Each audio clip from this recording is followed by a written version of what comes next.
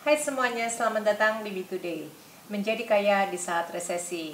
Karena pada saat resesi terjadi, itu kemungkinannya kalau nggak kehilangan pekerjaan, ya kehilangan tempat tinggal, atau yang pertama dilakukan ya budgeting, memanage uang. Sekarang masih bulan Oktober, masih ada waktu berhemat dari mulai sekarang. Coba kamu cek dulu, skincare yang kamu pakai itu harganya berapa, dan apakah memang benar-benar berguna. Sekarang banyak produk skincare yang bagi gue sangat tidak masuk akal harganya. Untuk mendapatkan kulit yang putih, cerah, yang berkilau, glowing, dan segala macam, butuh uang setidaknya ratusan ribu, bahkan sampai jutaan. Ada teman gue yang menghabiskan uang di atas 5 juta hanya untuk membeli skincare, dan skincare-nya itu sangat komplit, sangat banyak, bahkan beberapa diantaranya expired. Mengenai skincare ini gue akan buat topik bahasan khusus supaya kita bisa mengerti, nggak ketipu dengan namanya kampanye-kampanye yang dilakukan skincare itu yang bisa membuat kocek kita kosong. Beli seperlunya, jangan pernah termakan dengan iming-iming membeli yang lebih banyak, harganya lebih murah. Ada berapa orang di rumah kamu yang membutuhkan produk itu? Taruhlah seperti vitamin. Gue pernah mau berbelanja vitamin karena gue sedang merasa tidak enak badan, jadi ketika gue beli vitamin itu, gue hanya butuh vitamin 7 untuk 7 hari. Ada yang berpendapat, kenapa cuma beli 7? Kenapa tidak beli 30? Karena yang isi 30 harganya jauh lebih murah daripada yang 7. Vitamin yang isinya 7 harganya sekitar 21.000, yang berarti kalau dikalkulasiin itu satu butirnya 3.000. Sedangkan yang isi 30 itu harganya hanya 80.000. Yang kalau di total memang lebih murah yang isi 30. Apakah memang butuh yang isi 30?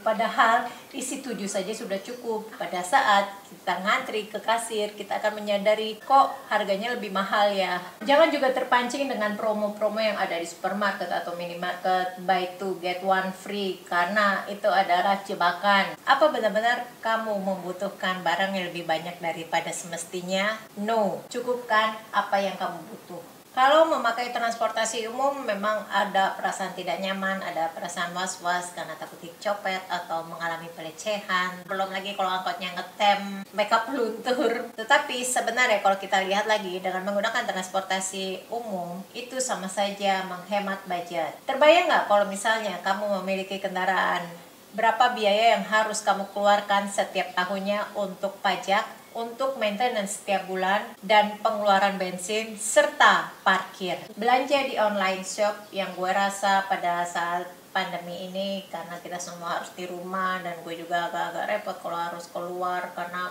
pakai masker, cuci tangan segala macam, dan harus benar-benar bersih pada saat masuk lagi ke dalam rumah. Gue merasakan belanja online, kita dapat mengatur berapa biaya yang kita perlukan untuk berbelanja. Kita dapat melihat, oh ternyata ini berlebihan, bisa memangkas biaya lebih murah. Terutama kita tidak perlu was-was kalau mengantri di kasir, apakah uangnya cukup atau tidak. Kan malu juga kalau uangnya kurang. Keuntungan lainnya, kita dapat meredam keinginan kita untuk berbelanja yang tidak perlu, dan pilihan promo lebih banyak, serta ada program cashback, terutama pada saat kantong sedang pas-pasan. Gue pernah menghitung untuk sekali belanja dalam 1 bulan.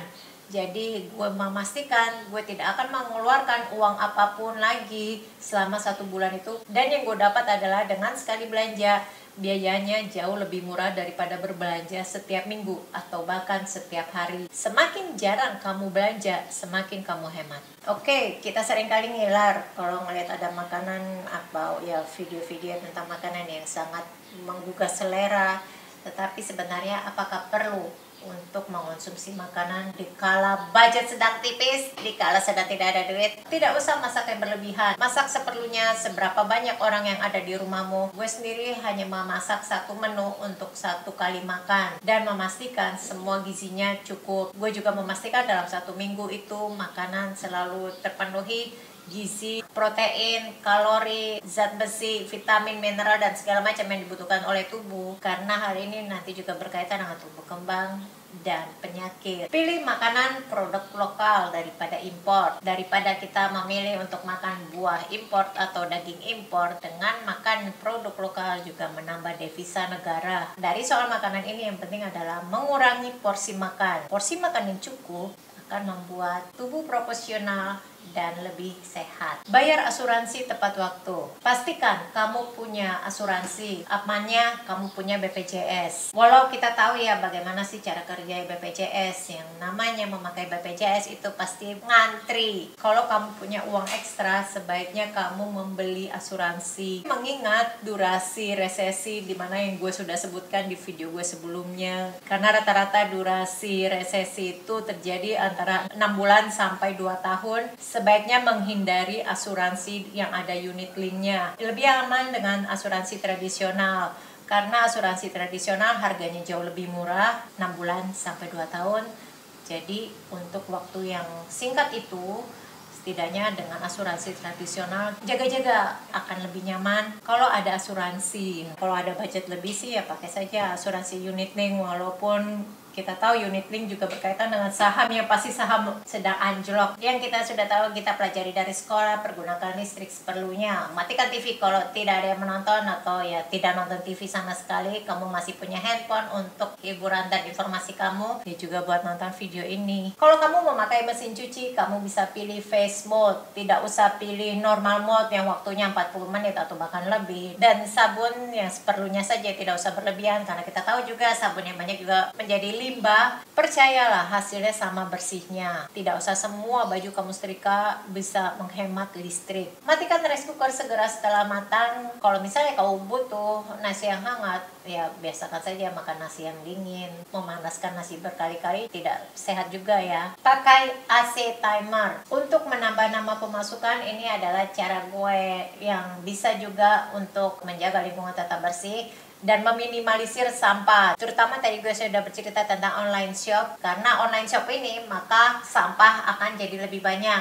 Jadi sebaiknya meminta kepada seller untuk mengurangi pemakaian penggunaan plastik. Lihat barang yang ada di rumah kamu. Apakah kamu memiliki baju yang sudah tidak terpakai lagi, atau kardus-kardus atau kertas dan plastik-plastik. Bersihkan dan kumpulkan. Kamu bisa jual itu. Meskipun tidak banyak pendapatan dari jual barang-barang ini, tetapi setidaknya kamu sudah membuat rumah kamu menjadi lebih rapi, lebih bersih, dan lingkungan pun menjadi lebih sehat karena kurang limbah. Dan kamu bisa jadi lebih peduli dengan lingkunganmu. Tetap invest, buy on weakness. Melihat durasi resesi yang sekitar 6 bulan sampai 2 tahun, ya kalaupun misalnya lebih, tidak selamanya resesi. Tetap kamu harus invest, karena pada saat nilai semua akan jatuh, itu adalah saat terbaik kamu untuk investasi. Ingat kisah panik yang gue sudah membuat videonya pada saat kejadian itu tahun 1967, di mana banyak orang yang menarik tabungan mereka dari bank. Hal ini dapat berdampak ke kehidupan perekonomian. Setiap orang menarik uangnya yang disimpan di bank, akhirnya apa?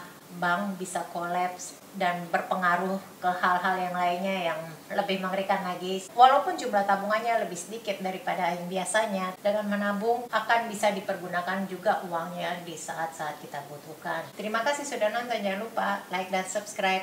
Stay safe and stay healthy.